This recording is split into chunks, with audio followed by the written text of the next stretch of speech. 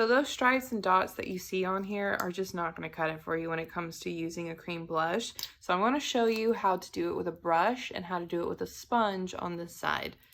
First mistake is you're going directly onto your face. You want to use either a hand palette or just use the back of your hand. Now when it comes to any liquid blush, typically a little goes a long way, and that'll depend on what liquid blush you do have. These are my two favorite kind of styles to use. This one replicates using like your fingers. It's very precise. It doesn't spread it too far, just like this one. It's a little more tapered, but it has some fluffiness too, but it's still a little dense. You don't want anything too dense, and you definitely don't want anything too flimsy. Kind of a Goldilocks moment. I take the brush and I just do a little. You see, I am not going completely into the whole entirety of the product. I'm only taking a little bit onto my brush because I want to build it onto the brush and get it worked in essentially to where it's not overbearing. And you can tap the back of your hand to see the level of color that it's going to give you. For my face shape, I typically like to apply it right about here.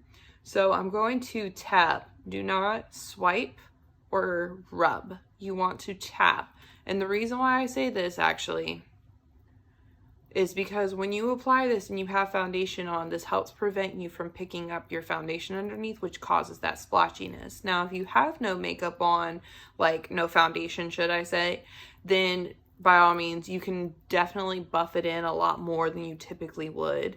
I keep it in the spot that I want and I bring it a little bit back.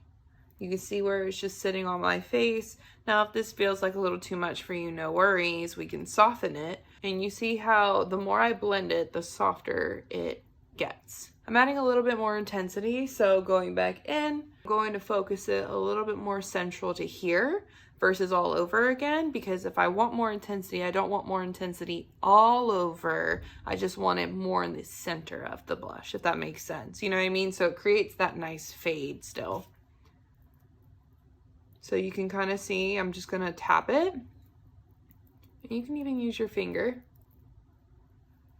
But I'm literally keeping it in the center of this entire blush application. And there you have it. Now with the sponge, depending on how precise it is, will allow you to kind of do more with it. I won't be able to get as much precision as I did with the brush, but you can still get a great application. I'm adding a little extra to my palette just because sponges like to soak up excess product. A little bit of the product onto my sponge. Same method, just using a different tool essentially. And for this, I'm going to again pat, and you can see the color is going to start showing up. But you see how much softer it is, so you're definitely going to need to build it. But you know, it's a good and a bad thing, you know, depending on how you like to apply your blush. But overall, for beginners, I don't think this is a bad way to apply your blush, because again, it gives you such a soft, slow application, should I say. I'm keeping it more focused on where I want that intensity, and then I kind of bring it back into the front a little. And you can see this is definitely a softer application than this side, but it gives you a nice little blushy flush. The key with all of this is you really just want to build. Like, don't go in crazy. Have a little bit of patience until you really truly know your blush to where you feel comfortable with, like, maybe going in with a lot. But if you want your blush to look super flawless and giving that soft airbrushed application, then you need to take your time and build this up rather than going in with a dot and hoping for the best. And then what I like to do is I take whatever's left on my sponge or my brush and I like to just tap it across the bridge.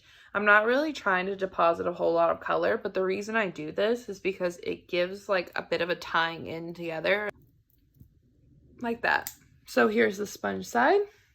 And here is the brush side.